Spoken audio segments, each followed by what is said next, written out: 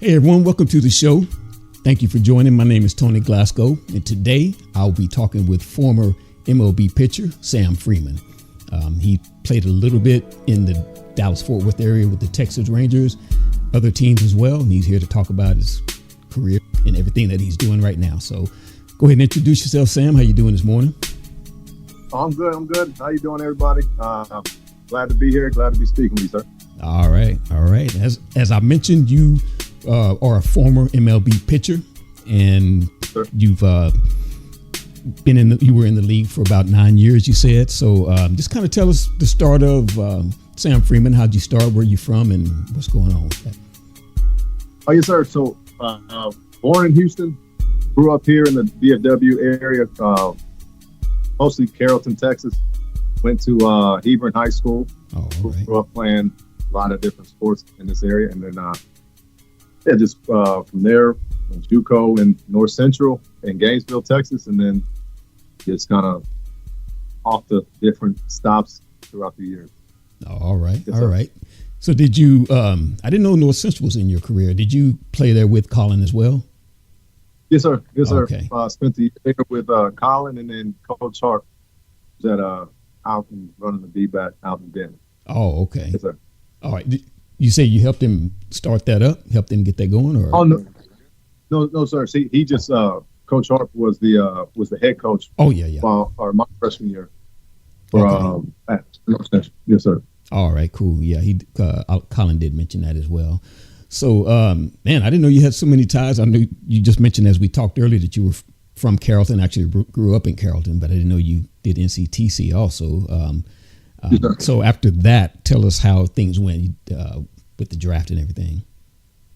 Okay, yes, sir. So after my sophomore year at North Central, I had a pretty solid year, strong year. Was drafted by St. Louis in the 24th round, and I got a little greedy, thinking that I had signed with Marshall after my sophomore year, or during the fall of my sophomore year, and so coming off a strong year at North Central, instead of signing, I was like, hey, if I go out and replicate this performance at a school in Conference USA with the competition they face, I can, improve my stock and status. And that didn't go very well. And so I spent the semester at Marshall, didn't really work out there, and then transferred to Kansas. And had a lot of character building moments at Kansas during my 1 year there. And then was fortunate enough to get drafted, and then fell 8 rounds to the 32nd round, and then was able to course correct and continue my career. Okay. All right. So when did you actually make your debut with the Cardinals? Yes, sir, in 2012. Okay. June 1st, 2012. All right. So how did that go? Was that a good outing? Were you stuck in a bad situation? How did it happen? Oh no, it was a terrible outing. It was it was a historical one. It was Johan Santana. He threw his no-hitter.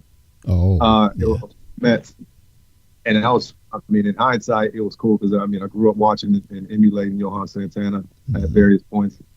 But no, I came in. It came in bases loaded, and I cashed in all the inherited runners. And so, it was well, I wanted to forget, so to speak. But again, it was learning experience. Yeah. Learning experience. So how were your nerves in that game when you went out there? I mean, that's a tough situation for any pitcher coming out there at any level. Yeah, it was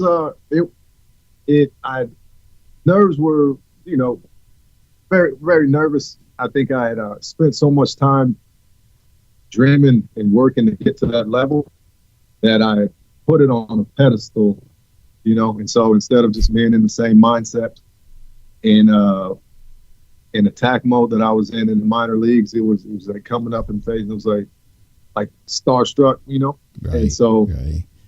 it went into just wasn't as focused as I should have been. And so very quickly found the game speeding up on me and went into like a pitch not to lose mode instead of like going out and pitching to win. So yeah, the results were an indication of that mindset. Okay. Well, it seems like most of the times they say when you get in a situation like that, you black out and you blur out and whatever. It seemed like you had a pretty good grasp of what was going on, and you, especially how you were feeling and how you were reacting at that time.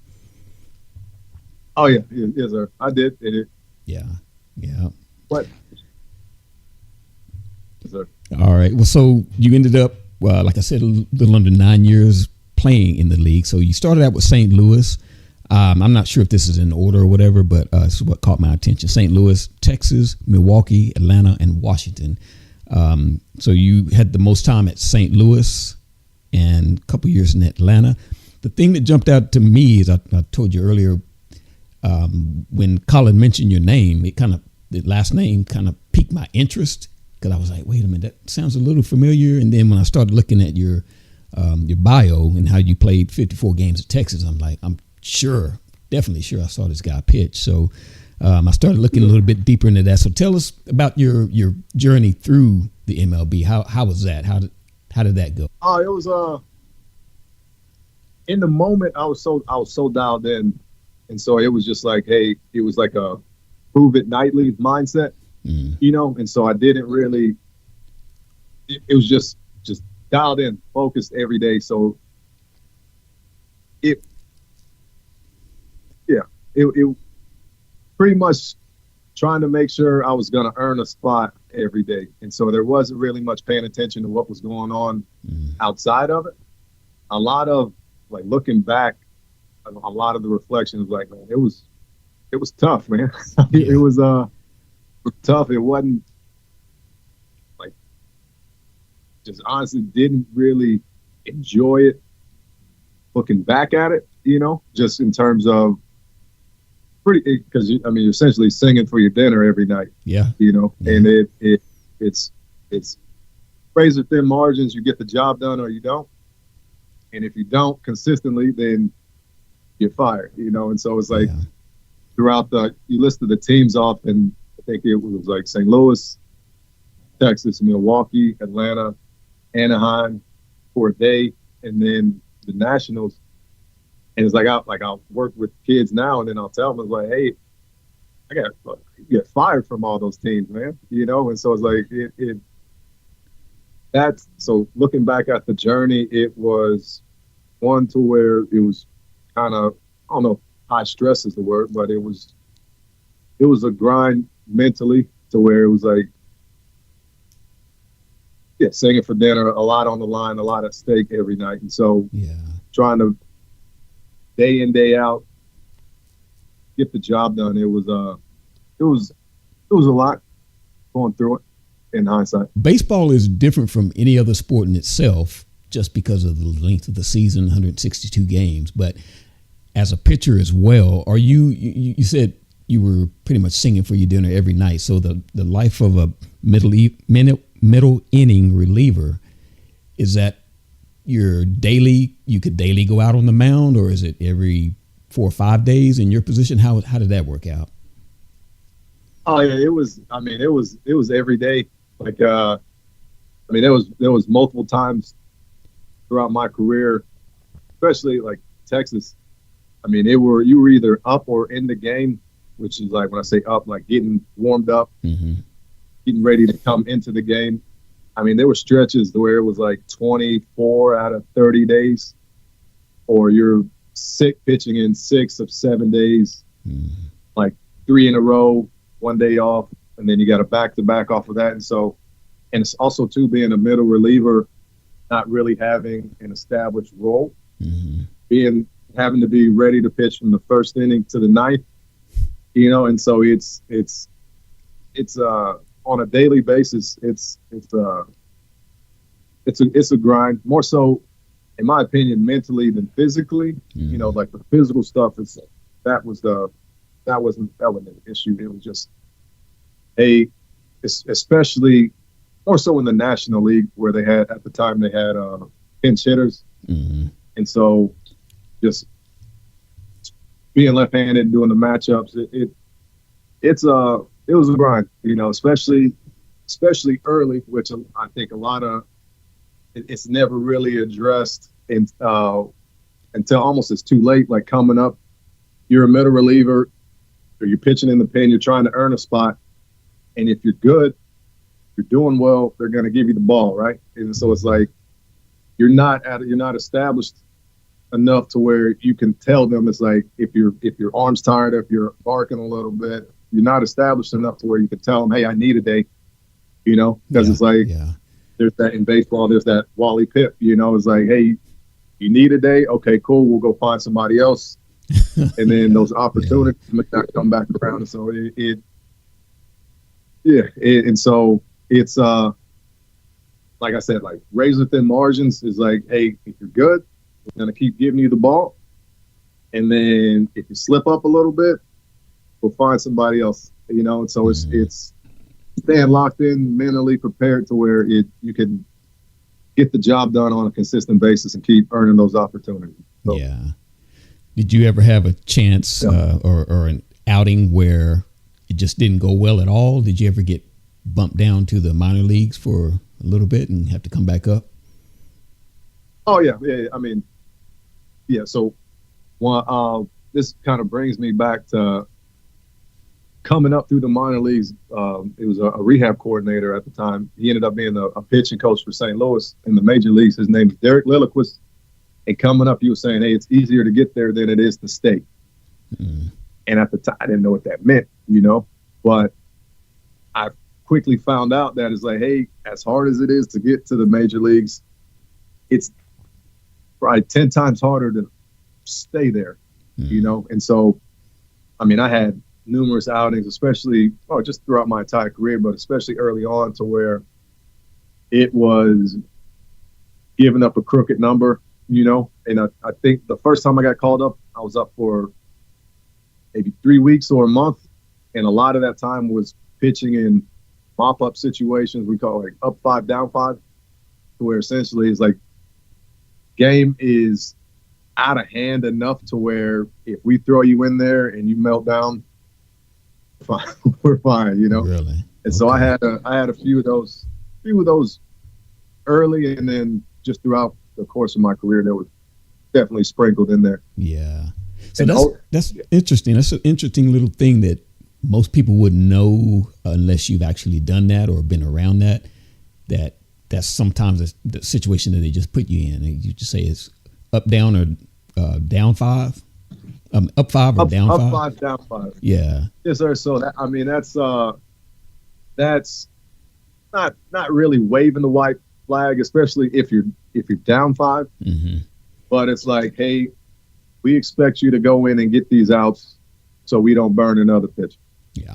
And then just kind of going a little bit deeper and just kind of just how locked in you have to be. Like if you're pitching in the up 5, like if you're up by 5 runs and it's late, and you're not, let's say you're not the setup or the closer, you're in that situation. Let's say you're pitching the 9th. You're in that situation to make sure those 2 dudes don't have to get up or come into the game. And so, because it's not a save situation yet, but, and it took me a while to kind of, for it to click that if 2 guys get on, then that closer's getting up. So whether or not you do the job or whether or not you get out of it or not, for that day, the way I looked at it is you fail, because it was like you're in there to make sure those guys don't have to come in, get hot, give them some rest. And so if you come in, you start walking dudes, you give up a couple hits, that bullpen has to get hot. And although they don't come into the game, it's that additional volume of throws, them getting hot, them getting warmed up, that takes a toll also. And so, and so sure, you might get out of the game, you might end up with a win, but a manager, coaching staff, the front office is looking at you sideways because it was like, hey, man, did you do your job? Yeah, but not really. Yeah.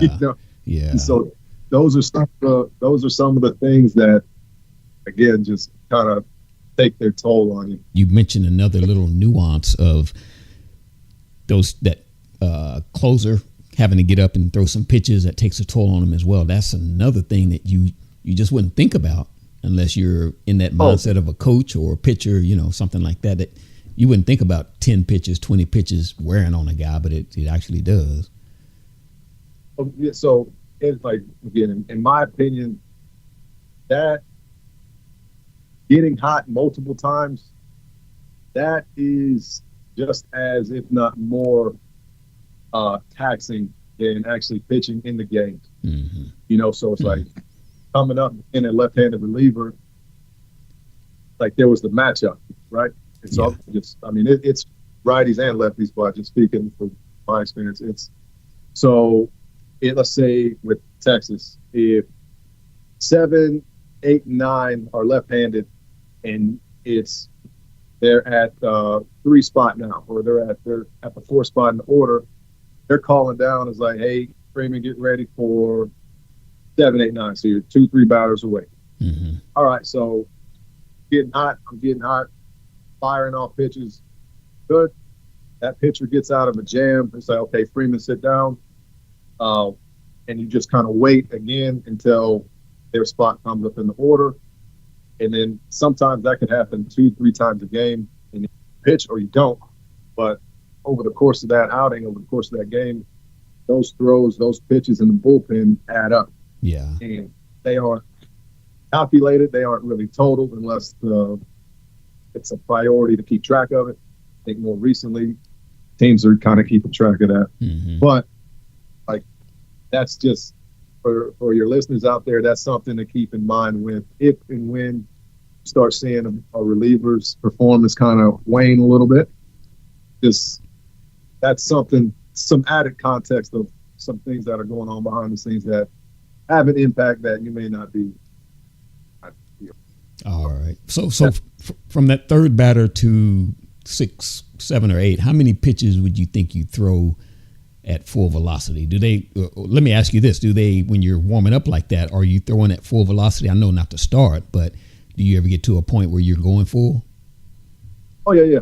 So it's like every pitch is different. So for me, like I said, just being locked in from start to finish, from first inning to the ninth, I'm kind of reading the game, watching the game, kind of seeing, like I was playing catch with the outfielders, doing some exercises in between innings to where I wouldn't get ambushed. Right. So getting ambushed is where, hey, the bullpen phone rings. It's like, hey, Freeman, get hot. And I'm just checked out, not loose, not warmed up, and not prepared, not ready to go. So in that instance, if it's the 3 spot in the 6 batter or the 6 holes, is 2 batters away, 2, 3 batters away, it would, with me already kind of having a head start and getting loose, I could be ready in as few as 5 pitches. Mm-hmm. And throughout the routine, I would just throw 2 of each pitch until I was hot, if I had the time. And then after that, I would read the game and throw 1 pitch every 2 pitches. And then if it was extended, then I would extend it out to 1 pitch. 1 pitch in the bullpen for every 2 pitches out in the game. You did mention, I heard you mention that you're a lefty. I didn't remember that or didn't hear that, but we've got a young lefty coming up right now that Colin's training right now. So for all the left-handers out there, are there any pointers that you want to give out, or anything, little tricks or inside information like you just were talking about? Because that's good stuff. Oh, yes, sir. Lefties, I throw inside the left-handed hitters. That's something that I was kind of late to the party on for me. And once I got comfortable doing that allowed me to just really take my game to the next level. And this is, I guess, left-handers, yes, but just all pitchers in general coming up, they just practice throwing in on batters, on hitters, whether they're a left-handed hitter or right-handed hitter, attacking inside. In high or low? Doesn't matter. Out, preferably up and in, like around the hands. Yeah. I think that opens up a lot of doors for you and allows you to, if you're good at it, if you practice it and be become confident in your ability to execute there. That'll allow you to have a lot of fun out there whenever you're pitching on the mound. So Yeah, that's just one thing. That makes sense. Throwing high and in, because that drastically, and just thinking about it, it drastically changes the swing more than inside and low, because you're actually raising your shoulders up, and that's really taking your bat out of the zone anyway. So is that how you kind of scientifically thought about it? Oh, I just look at it as just kind of preying on hitters' fear of getting hit by the ball. Yeah, that too. So, that's a big fear. Yeah, and just I got pretty much, because a lot of hitters don't like fastballs up in it. You can't really do a lot of damage with it in and around the hands. And so they don't see it a lot. It's not really taught a lot. So yeah, I think that it's just a really easy way to exploit a weakness. Yeah, I think just watching games now, it's not really, and just having, like I coached last year with the Royals in low A, it's the philosophies that pitching philosophies that are being taught and coached now. It's something that's not it's not like actively taught. And so I think just at a young age, if you can establish your ability to do so, you can set yourself apart and dominate, in my opinion. Yeah. Okay. What about hitting? You were in the National League most of your career, right? Did you ever have any at bats, or did it kind of did pinch hitting for you? I had three or four ABs from my time, all with Atlanta, and I think I punched out twice, and I grounded out once. Yeah, maybe 50. But I messed up because I missed the fastball. It's like they'll give you a cookie, right? Like they'll give you an easy pitch. Most times they just kind of let their guard down against the pitcher. Yeah. And then I just took too much of an aggressive hack, and I missed it. And they started breaking out the nasty stuff, and then it was a wrap for me. Yeah. Did you have any wheels? Were you pretty fast? Oh yeah. Like, so I played center field, and I played center field in college, and while I was playing, I prided myself on just being athletic and being fast. Mm-hmm. And so I could run a little bit back in the day. Yeah. Okay. I could. All right. Where was your last stop? Playing, I went and played in independent in the Atlantic League for the Gastonia Honey Hunters back in 2023. Okay. That was wild. Say that name again. The what? Gastonia Honey Hunters. Honey Hunters.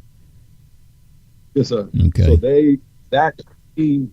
There's a team in Gastonia now, but the Honey Hunters no longer exists.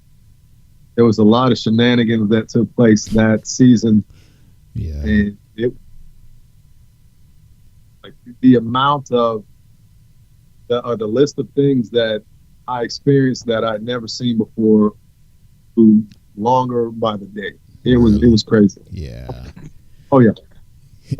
Yeah. So that was towards the end of your career. Were you shocked at the things that were going on? You're talking financially, baseball wise, or management wise, or just player wise, or what was that? Everything. Management wise, there's like a 45-minute documentary on all the things that happened, or a lot of the things that happened with that team throughout the year. We had just small example is we were playing in Southern Maryland, and we had our first off, you're essentially paying to play when you're in those leagues, playing in film. And so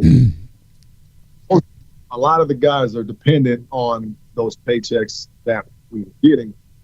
And at the time, the players on the team were getting the paper checks instead of like the direct deposit. And so the management would hand those checks out on Friday after the game. I was like, what's going on? And at one point, they had handed the checks out and had to take them back because they handed them out too early. Oh, dang. So apparently, they were waiting till after the game. So if people went to try and deposit or cash them, they wouldn't bounce. Or they had to wait until the Monday. Yeah. And so I myself had a couple checks bounce. It got to the point to where in South Maryland, we threatened not to play a game because they weren't doing right by the players. And so that's just kind of stressful. That's a sad situation, man. No, that had to be stressful. It was interesting, you know. I looked at it as kind of like, hey, you get to experience like complete opposite ends of the spectrum. It was stressful for again, I was fortunate enough able to play in the major leagues for a solid amount of time. So it was like that we were okay. But like a lot of the guys, it definitely stressful for a lot of the guys. Yeah. All right. So when you wrapped up your career, what did you do in the immediate time? I know what you're doing now, but what did you do in the immediate time after you finished? Yes, sir. So I was fortunate enough. I started seeing the light at the end of the tunnel, seeing it was like, all right, probably not going to get another opportunity. So I started reaching out to former coaches and managers and getting some feelers on coaching. Mm-hmm. And so I was able to pretty quickly get hired on with the Kansas City Royals as a minor league pitching coach. Okay. So I did that for a year. And that was a good experience. Definitely learned a lot. Helped me transition to what I'm doing now. Okay. So let's talk on that a little bit right now. What exactly are you doing, and who are you working with, the age groups that you're working in, and where are you doing your training? Yes, sir. Yes, sir. So I am doing private pitching instruction now. And I'm working with athletes as young as 6 all the way up to the oldest I have now, I believe, is 17, 18. And so I work out of Prosper, Texas, locally.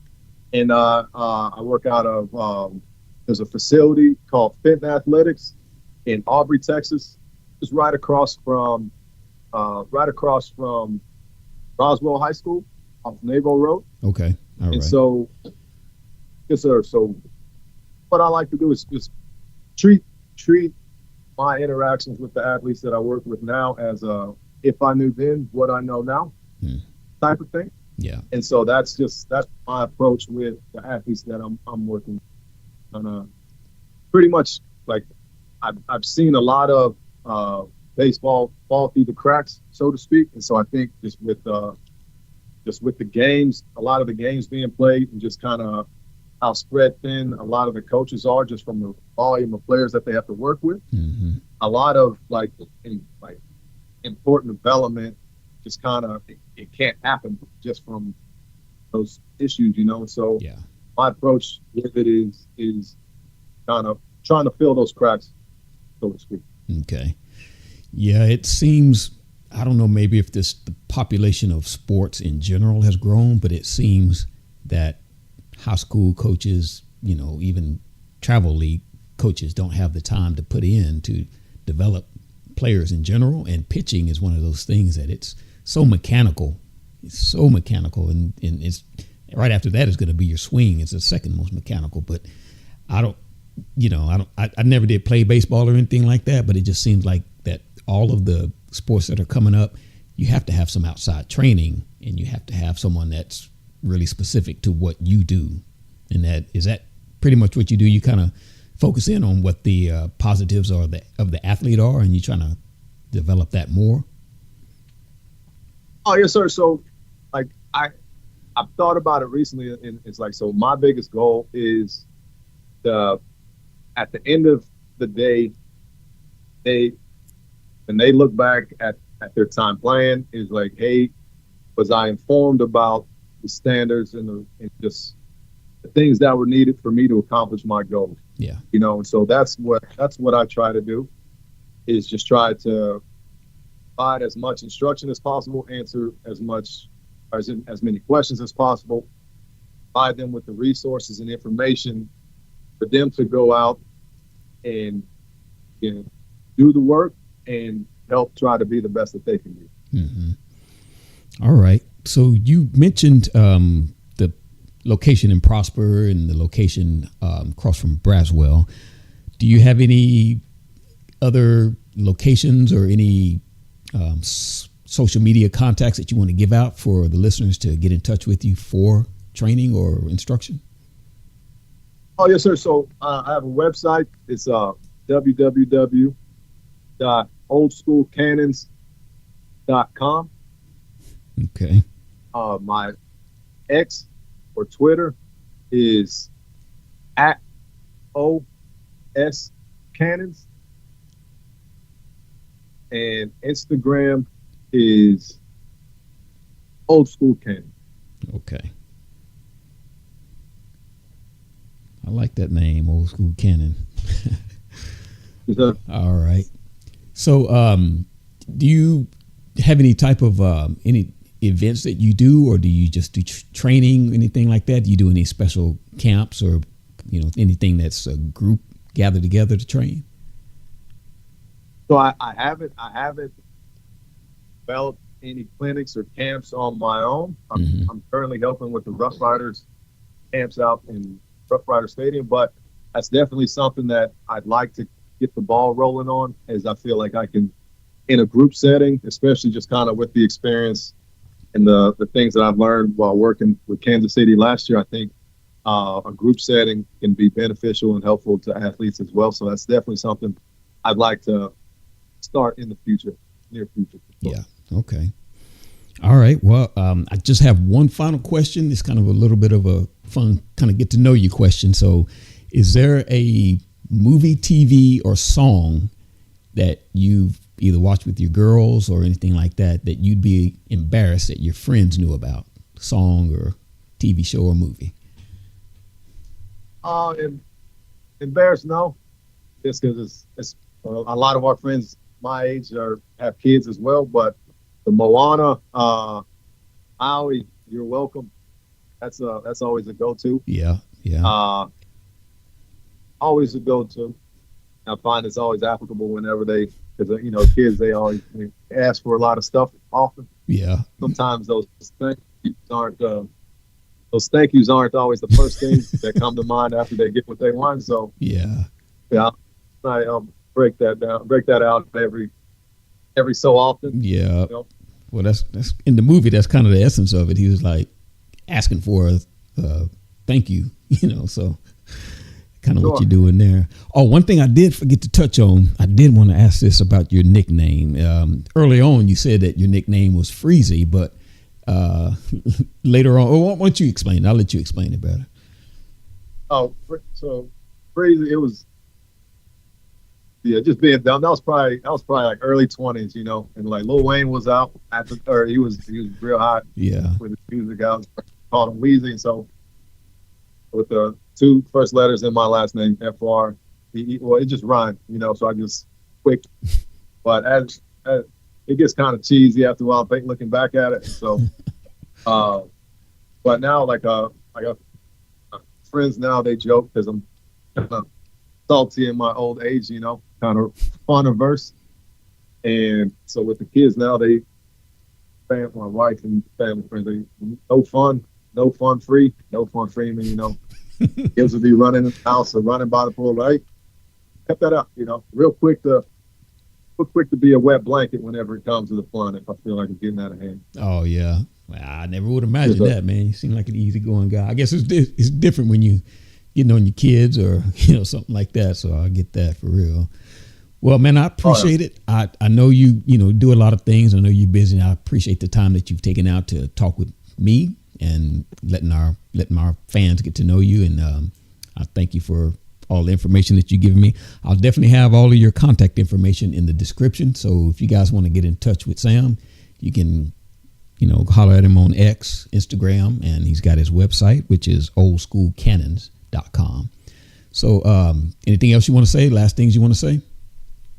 Oh, yeah. One quick, here recently, I was able to meet some of the research physical therapists at Scottish Rite Hospital off of in Frisco. Mm-hmm. And they're offering like movement assessments for young athletes. It doesn't matter the sport. And I think it's a good way to get some objective feedback on just ways to improve athletes' performances and kind of get proactive with avoiding injury in their sports science labs where they do biomechanical work and motion capture. Is that along the lines of functional movement screening, but a little more high tech? Sir. You said they have some imaging they do along with that as well.